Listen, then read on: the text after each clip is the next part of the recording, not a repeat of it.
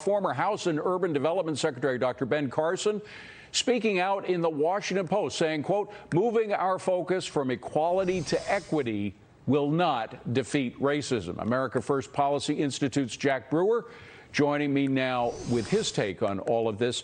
Jack, how did we get so far away from Dr. King's vision of a colorblind America? You know, the racial tensions and the racial divide in our nation right now have gone well beyond skin color.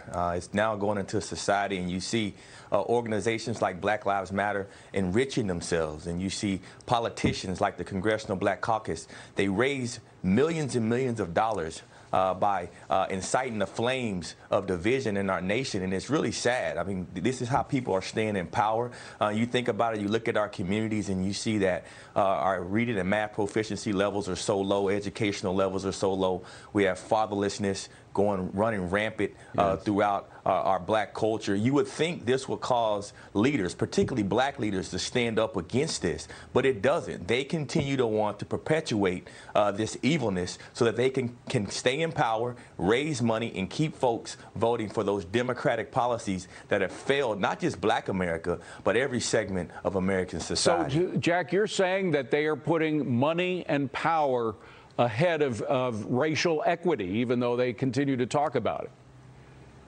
Clearly. I mean, think about it. If you spend $25,000 per kid per school year and you're sending kids to public schools and they can't read and write, I go into the public schools, David. I spend time there. I see it. No one can tell me. I see how these black kids are suffering. I see how these black parents are suffering. They can't even choose where the government is spending the money on their children. They're forcing them to put them in schools where they're indoctrinating these babies, making them believe that they're victims. And now you see, you know, people like Maxine Waters and all these folks in Congress who stand up and support BLM and they support these anti-Christ movements, but in their own communities, in their own backyards, you see what's happening to the African Americans there. They don't stand up for these people. Just this weekend in Chicago, 24 African Americans got shot. They don't say a word about that when these things happen. These are mass murders, and you hear nothing out of the mouths of these Congressional Black Caucus members because they cannot raise money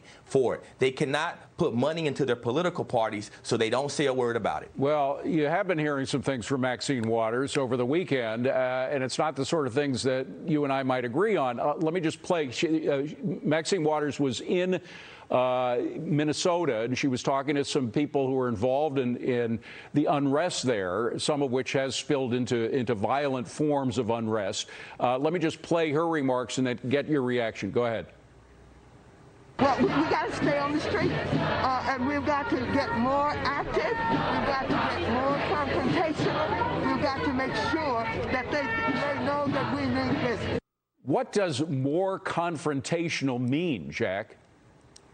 She's promoting our black folks to continue to act like thugs in the streets, have no discipline, disobey police officers, and be lawless. This is all in Scripture. This is in the Bible. It's ridiculous to have an African-American leader. She should be the representation of a mother figure to African-Americans. And for her to go out there and tell these kids to keep being more confrontational when they're out there burning up businesses and you have violence that's just running rampant through Minneapolis. I went to school in Minneapolis. That was a beautiful city, vibrant city. I went there because there was so much opportunity for African-American people to come there and work. And now you don't even want to go there. It looks like a war-torn area has just plagued this city. Maxine Waters should be ashamed of herself. The Democratic Black Caucus needs to wake up, and America needs to take a stand against this violent tone of speech coming out of the left right now. Yeah. It's ridiculous. Jack, meanwhile, we don't want to leave people feeling hopeless in all this, and there is great hope. There's hope in alternatives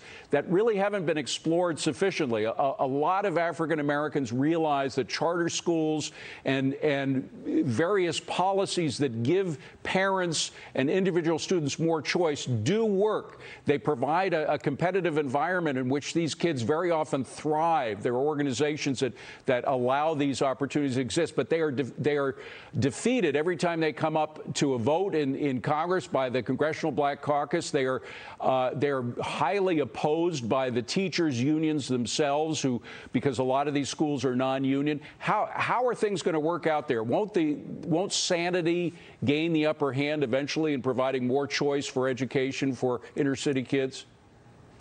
As long as we can get that exact message out, David. The problem is that our media right now is suppressing the message. I get so much positive feedback now from African Americans that call me and say, just today, a few of my NFL buddies, bro, you were right about BLM. People just don't know. Even folks who you think are aware of what's going on, they don't really understand the ins and outs of what's going on in our society right now. And so these African American kids of all races, we keep talking about black, but all kids need opportunity. We need more coaches. Right. We need discipline. And if we don't have fathers in the house and we don't promote family union and family structure in our nation, we'll never thrive. Right. That is the root cause of the issues we see. And that's, by the way, hitting all races. It may be particularly severe in inner cities, but it's hitting all races and stratas of society, the fatherless households, which are really hurting. Jack Brewer, great stuff. Thank you very much, Jack. I appreciate you coming in.